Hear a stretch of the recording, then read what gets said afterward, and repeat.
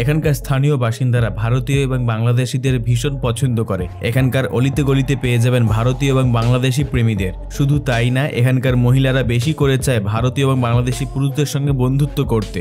এই দেশের প্রাকৃতিক সৌন্দর্যতা এবং রঙিন সংস্কৃতি প্রতি বছর লক্ষ লক্ষ পর্যটকদের নিজের দিকে আকর্ষিত করে থাকে। এছাড়াও এই দেশের একটি সমুদ্র সৈকতে বহু হলিউড সিনেমার শুটিং হয়েছে। তার সঙ্গে রয়েছে ইতিহাসের নানান পরিচিত জায়গা, এমনকি ইউনেস্কো দ্বারা ঘোষিত করা অনেক জায়গাও রয়েছে। শুধু তাই না, আমেরিকার সবথেকে পুরাতন শহর আপনারা দেখতে পেয়ে যাবেন। আর এই দেশটির নাম হচ্ছে ডমিনিকান রিপাবলিক। এবার এখানে যেতে কত টাকা খরচ, কিভাবে যাবেন, এই দেশে আরো কত কি রয়েছে, এই সমগ্র কিছু জানতে আজকের এপিসোডটি সম্পূর্ণ দেখুন। তো চলুন আর বেশি দেরি না করে শুরু করা যাক। বন্ধুরা, এটা হচ্ছে ডমিনিকান রিপাবলিক দেশ। যদি আপনারা মানচিত্রের মধ্যে এই দেশটি ভালো করে লক্ষ্য করে দেখেন, তাহলে দেখতে পাবেন ইস্পানিওলা দ্বীপের পূর্ব দিকে ক্যারিবিয়ান সাগর উপস্থিত রয়েছে, পশ্চিমে হৈতি এবং মোহনা প্রণালী রয়েছে। এই দেশের ক্ষেত্রফল কেবল 48,670 বর্গ কিলোমিটার। আর এর ফলে এই দেশটি সমগ্র দুনিয়ার মধ্যে 128 নম্বর স্থানের সবথেকে বড় দেশ হিসেবে জায়গা করে নিয়েছে। ভারতের মুদ্রাকে যেমন রুপি বলা হয়, বাংলাদেশি মুদ্রাকে যেমন টাকা বলা হয়, তেমনি ডমিনিকান রিপাবলিক দেশের মুদ্রাকে বলা হয় ডমিনিকান পেসো। আর একে স্থানীয় বাসিন্দারা শুধু পেসো বলেই ডাকে। ভারতের 100 রুপি এখানকার 70 পেসোর সমান। এই দেশের বিষয়ে সম্পূর্ণ জানার জন্য প্রথমে জানতে হবে এই দেশের রাজধানীর ব্যাপারে। এই দেশের রাজধানীর নাম হচ্ছে সান্তো ডমিনোগো। আর এই শহরটি ওসামা নদীর তীরে অবস্থিত। 1496 সালে বার্থোলোমিও কলম্বাস অর্থাৎ খ্রিস্টোফার কলম্বাসের ভাইয়ের দ্বারা নিষ্পত্তি হয়েছিল। প্রথমে এই শহরটি এই নদীর একেবারে পূর্ব তীরে অবস্থিত ছিল, কিন্তু 1502 সালের পর নিকোলাস ডি ওভান্দো এই শহরটিকে পশ্চিম তীরে পুনরায় স্থাপন করে। এটি আমেরিকার সবথেকে পুরানো ইউরোপীয় শহর। এখানে স্প্যানিশ উপনিবেশিক শাসন এসেছিল। এই সময় এখানে নতুন বিশ্ববিদ্যালয়, গির্জা, মঠ এবং দুর্গ নির্মিত হয়েছিল। এখানকার যে উপনিবেশিক অঞ্চল রয়েছে সেটি বর্তমানে ইউনেস্কো বিশ্ব ঐতিহ্যবাহী স্থান হয়ে গেছে। এই ঐতিহ্যবাহী স্থানগুলির মধ্যে একটি অংশ 16শ শতাব্দীর ভবন দিয়ে সজ্জিত রয়েছে। এই শহর ইতিহাসের এক একটি জীবিত পাতা বলা চলে। এই শহরের অলিতে গলিতে আপনারা ইতিহাসের চিহ্ন দেখতে পেয়ে যাবেন, যেগুলি এখনো বর্তমানে জীবিত হয়ে ঘুরে বেড়াচ্ছে বলে আপনার মনে হতে পারে। শান্ত ডমিনোগোর ইতিহাস সম্পূর্ণ অ্যাডভেঞ্চার দিয়ে ভরা। 1492 সালে খ্রিস্টোফার কলম্বাস ইস্পানিওলা প্রথম আবিষ্কার হয়েছিল এবং তারপরেই এই জায়গাটিকে দখল করে এখানে এসে তারা প্রথম দুর্গ বানিয়েছিল।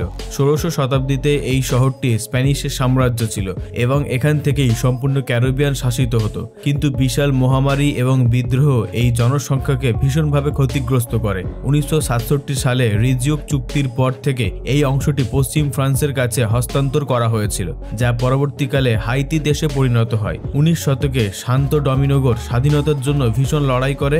এরপর 1844 সালে এটি দেশের রাজধানী হয়ে যায়। বর্তমানে এই শহরটিতে 3.4 মিলিয়ন মানুষ বসবাস করছে, যারা স্প্যানিশ, আফ্রিকান এবং তাইনো সংস্কৃতির এক মিশ্রণ বলা চলে। এই শান্ত ডমিনোগোর জীবন খুবই রঙিন। এখানকার মানুষেরা স্প্যানিশ এবং আফ্রিকান ভাষায় কথা বলে এবং রোমান ক্যাথলিক ধর্ম এখানকার মানুষের সংস্কৃতির একটি বড় অংশ বলা চলে। এখানকার প্রত্যেকটি রাস্তায় রাস্তায় এবং অলিতে গলিতে ম্যারেন্ডকু এবং বাচ্চাটার সঙ্গীত শুনতে পাওয়া যায়। আর প্রতিযোগিতা বলতে এখানকার মানুষের আবেগপ্রবণ একটাই খেলা, সেটা হলো বেসবল। এখানকার স্থানীয় বাসিন্দারা অতিথিদের খুবই স্পেশালভাবে স্বাগত জানায়। এর সঙ্গে তারা মাঙ্গু এবং সুনোর মতো খাবার পরিবেশন করে। এই শান্ত ডমিনোগোর মানুষেরা যেন দিন এবং রাত জাগা পাখি বলতে পারেন, কারণ এখানে দিন থেকে রাত পর্যন্ত সর্বত্রই মানুষের ভিড়, হই হুল্লোড়, আনন্দ মজা লেগেই রয়েছে।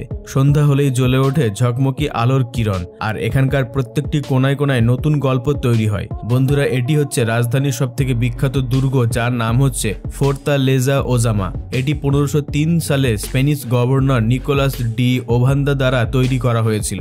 এই দুর্গের প্রধান উদ্দেশ্য ছিল ক্যারিবিয়ান অঞ্চলে স্প্যানিশ সাম্রাজ্য প্রতিরক্ষা করা। এই দুর্গের মোটা পাথর দিয়ে বানানো দেওয়ালগুলি ডাকাতের হাত থেকে রক্ষা করার জন্য এবং বিদ্রোহী মানুষদের প্রকোপ থেকে রক্ষা করার জন্য তৈরি করা হয়েছে।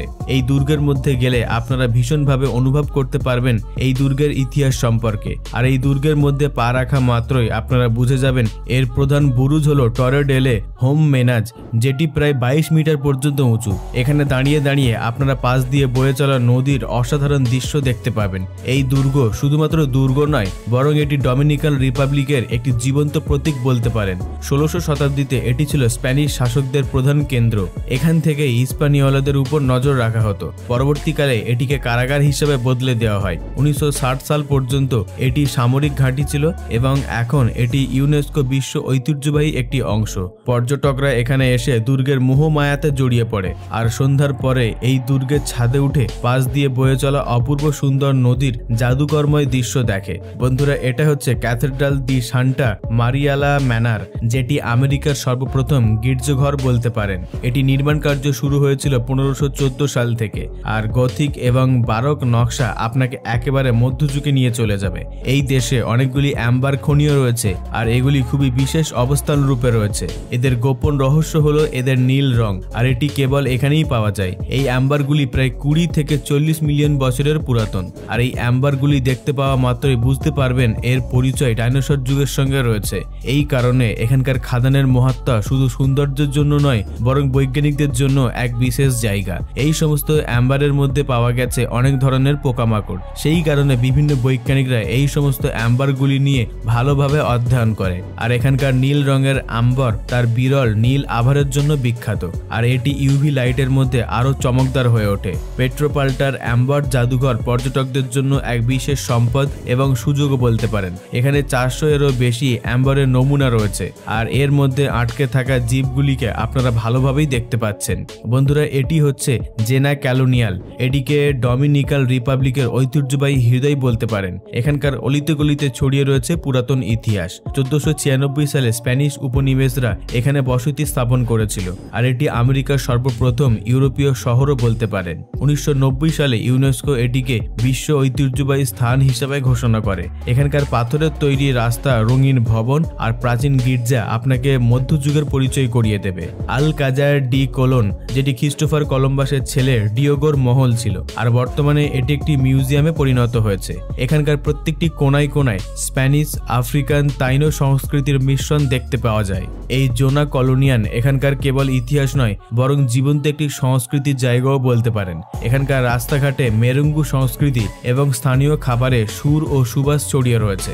বন্ধুরা, এটি হচ্ছে 27টি প্রকৃতির ঝর্ণার আবাসস্থল এবং এটি কার্গোস নদীতে গিয়ে প্রবাহিত হচ্ছে। এখানে পর্যটকরা এসে ভীষণভাবে আনন্দ করে। এখানকার প্রত্যেকটি পাথরের টুকরোতে আপনারা চড়তে পারবেন, স্লিপ করে নদীর জলে গিয়ে ঝাঁপ দিতে পারবেন এবং তার সাথে সাথে এখানকার শান্তি এবং সবুজ গাছপালা দিয়ে ঘেরা মনোরম প্রাকৃতিক সৌন্দর্য উপলব্ধি করতে পারবেন। একজন গাইডের সাহায্যে আপনারা নিজের ইচ্ছা মতো 7টি কিংবা 15টি প্রত্যেকটি ঝর্ণা প্রতিক্ষণ পেয়ে যাবেন। কোনো ব্যক্তি চাইলে সম্পূর্ণ 7টি ঝর্ণারও ইতিহাস জানতে পারে। এই ঝর্ণার চারিপাশে বিরাট বড় বড় পাথর এবং গাছপালা দিয়ে ঘেরা মনোরম দৃশ্য আপনাকে অন্য এক জগতে নিয়ে চলে যাবে। এই জায়গা অ্যাডভেঞ্চার এবং সৌন্দর্যের জন্য এক অনন্য সমন্বয় বলতে পারেন। কোনো ঝর্ণার জলে আপনাকে 10 ফুট উপর থেকে ঝাঁপ দিতে হবে, আবার কোনো ঝর্ণার জলে 8 ফুট উপর থেকে ঝাঁপ দিতে হবে। শুধু তাই নয়, এখানকার ঝর্ণার জল এতটাই পরিষ্কার যে উঁচু পাথরের উপর থেকে আপনারা জলের নিচে পাথর পর্যন্ত পরিষ্কার দেখতে পেয়ে যাবেন। এই জায়গা স্থানীয় সম্প্রদায়ের জন্য এক বিশেষ জায়গা, কারণ এখানকার গাইড এবং মেইনটেনেন্সের কারণে এখানকার মানুষের জীবিকা চলে। সেই কারণে এত রক্ষণাবেক্ষণ করা হয়। এখানে ঘুরতে আসা পর্যটকদের হেলমেট এবং লাইফ জ্যাকেট দেওয়া হয় যাতে তারা নিরাপদে থাকতে পারে। আশেপাশের জঙ্গলে নানান রকমের পাখি এবং নতুন রকমের গাছ দেখার সুযোগও রয়েছে।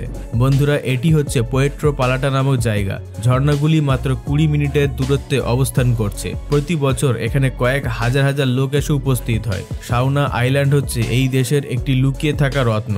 এই দ্বীপ তার সাদা রঙের সৈকত, নীল রঙের সমুদ্র এবং এই সমুদ্র সৈকতের সংমিশ্রণে আশেপাশে ছড়িয়ে রয়েছে নারকেল গাছের সম্ভার।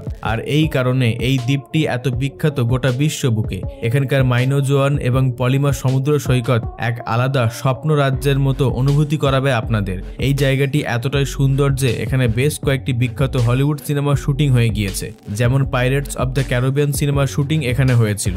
এছাড়াও এখানে আরো অচেনা এবং পরিচিত বিখ্যাত মুভির শুটিং হয়েছে।